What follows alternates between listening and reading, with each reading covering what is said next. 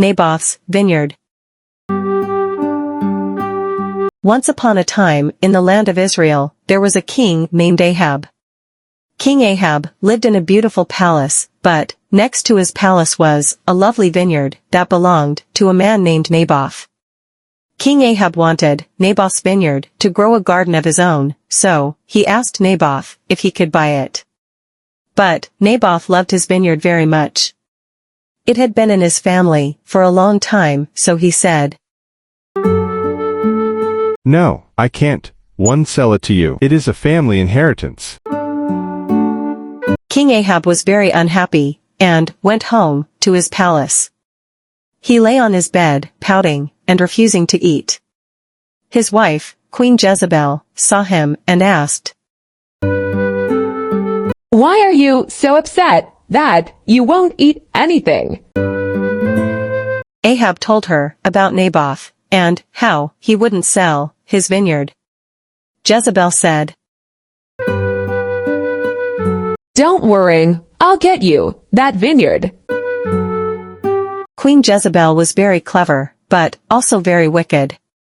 She wrote letters in King Ahab's name to the leaders of the city where Naboth lived.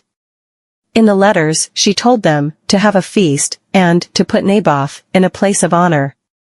Then, she instructed them to have two scoundrels accuse Naboth of cursing God and the king. The punishment for this crime was death. The city leaders did as Jezebel instructed. During the feast, the two scoundrels accused Naboth, and the people believed them. Poor Naboth was taken outside the city and stoned to death. When Jezebel heard that Naboth was dead, she told King Ahab, "Now you can take the vineyard because Naboth is no longer alive." King Ahab was happy, and went to take possession of the vineyard. But God saw what happened, and he was very displeased with Ahab and Jezebel. He sent the prophet Elijah to give King Ahab a message. Elijah told Ahab that, because of what he and Jezebel had done, they would face terrible consequences. God promised that their family would suffer because of their wicked actions. King Ahab was very scared when he heard these words. He realized he had done a very bad thing. To show how sorry he was, Ahab tore his clothes, put on rough cloth called sackcloth, and fasted. He humbled himself before God, and God noticed his change of heart. Because Ahab showed some remorse, God decided not to bring the punishment during Ahab's lifetime, but it would still happen to his family after he was gone. As for Queen Jezebel, her punishment came true, just as Elijah had said. Later, she was thrown out of a window, and her body was eaten by dogs, in the city of Jezreel, just like the prophecy.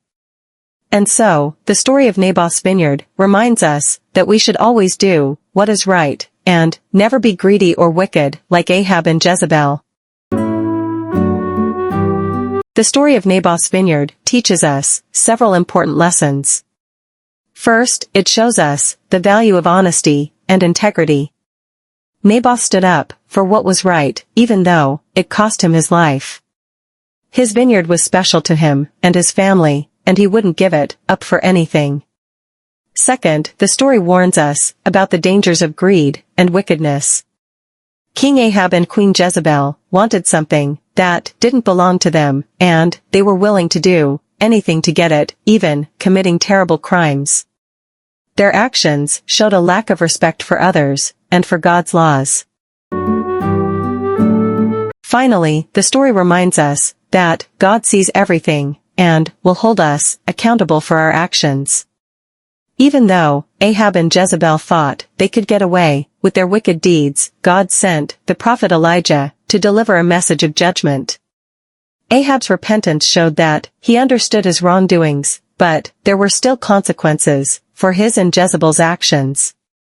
In the end, this story teaches us to value what we have, to be honest and fair, and to remember that our actions have consequences. It encourages us to live our lives in a way that is pleasing to God, showing kindness, integrity, and respect for others.